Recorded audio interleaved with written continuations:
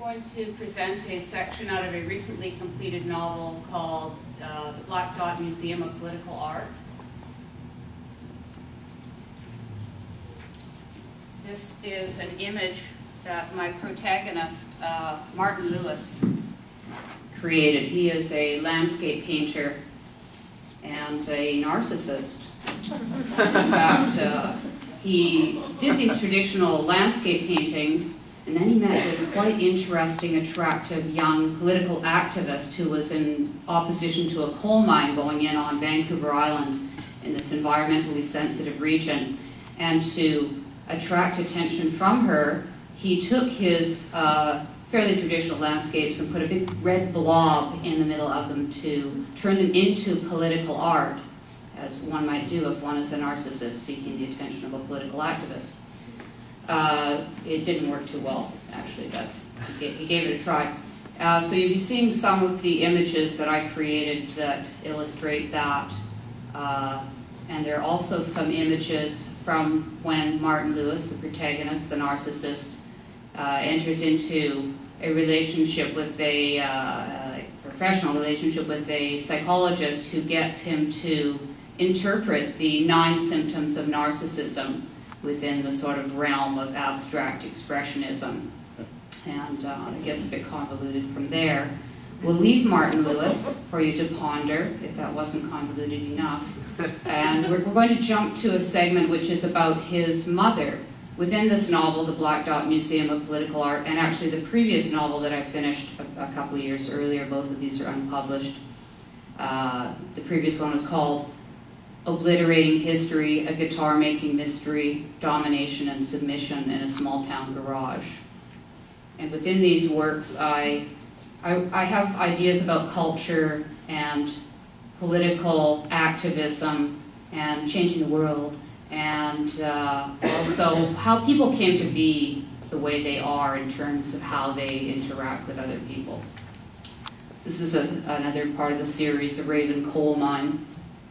So we're going to jump to a segment called Odell's Bath, and this is about Martin's direct history. It's about his mother and how she was and how she grew up, which might illuminate, not in any direct literal way, but it might give some insight as to how Martin became a narcissist. We don't know really how these people... I myself have done quite a bit of research on narcissism, the narcissistic personality disorder, within the realm of online dating, where it's quite interesting.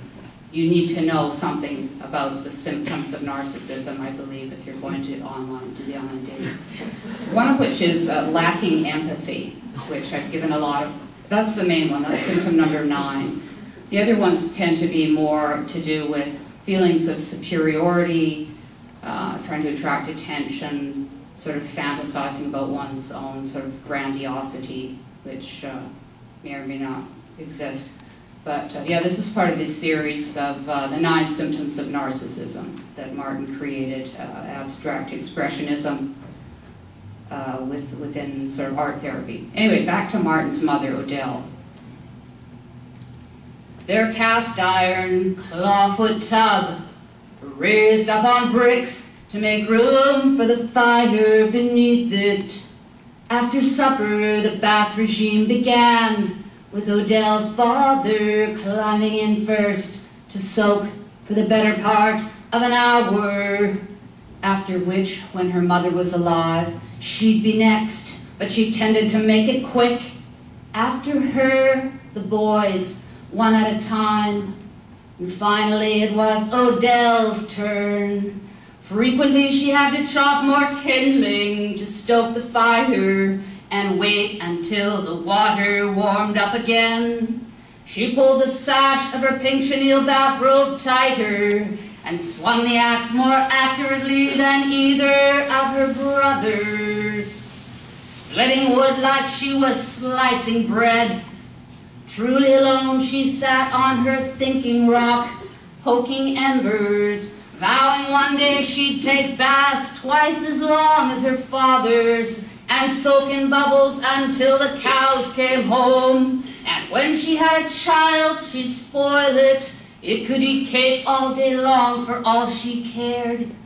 Odell shifted the wood with a twisted iron rod so familiar in her right hand that it was invisible to her. All week long, the iron rod hung beside the leather strap in the shed next to the soap until bath night, when individually they held it like a medieval weapon, jabbing it into the heart of the fire as heat flushed their faces, and alone they imagined themselves involved in episodes of liberation and even retribution as they prepared to bathe their scrawny hillbilly bodies in the murky water beside an unnamed stone on which the soap sat. Unnamed by everyone except Odell, it was her thinking rock, although she'd never said it out loud to anyone except herself.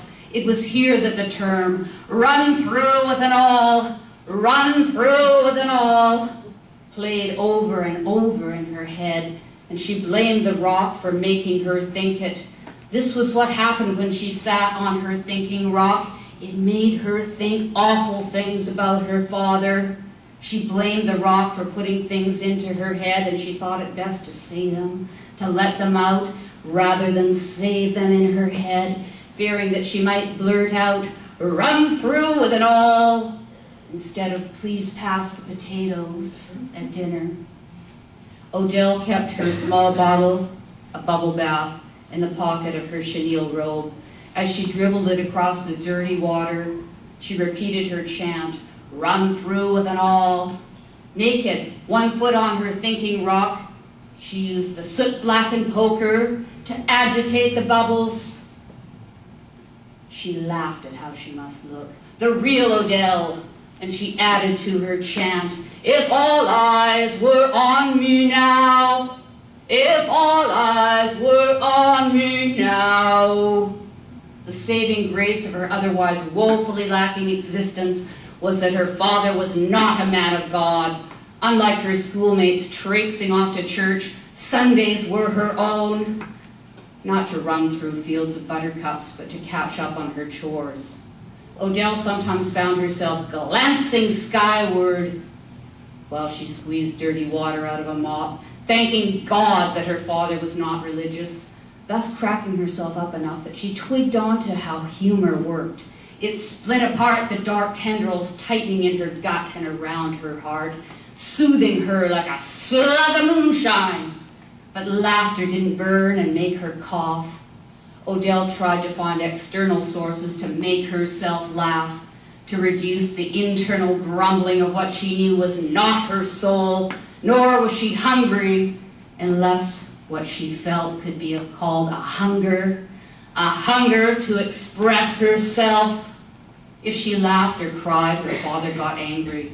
He was a man who was staunchly confused about most things, but in his role as the head of the household, he felt compelled to have strong opinions. Anger was the only emotion he let his family see. He pontificated wildly, putting on a show, all bluster, combining nuances of opposing stances. Odell tried to follow his logic, but when she was 9, she heard the word irrational uttered by her mother while they were going through the remnant bin at Hester's dry goods store. Irrational, irrational, she made the word her own. By the time she left the farm at 16, Odell had eaten enough green beans to last her a lifetime. Emancipation, emancipation from what she regarded as the emotional tyranny came by way of the SMT Eastern bus line and her overwhelming determination, determination to never again eat anything green.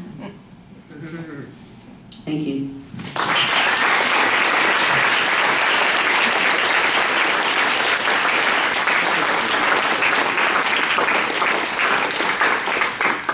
Thank you so much. I'm going to shut this so it doesn't. That was so great. Could I have everybody actually come up here now who read here and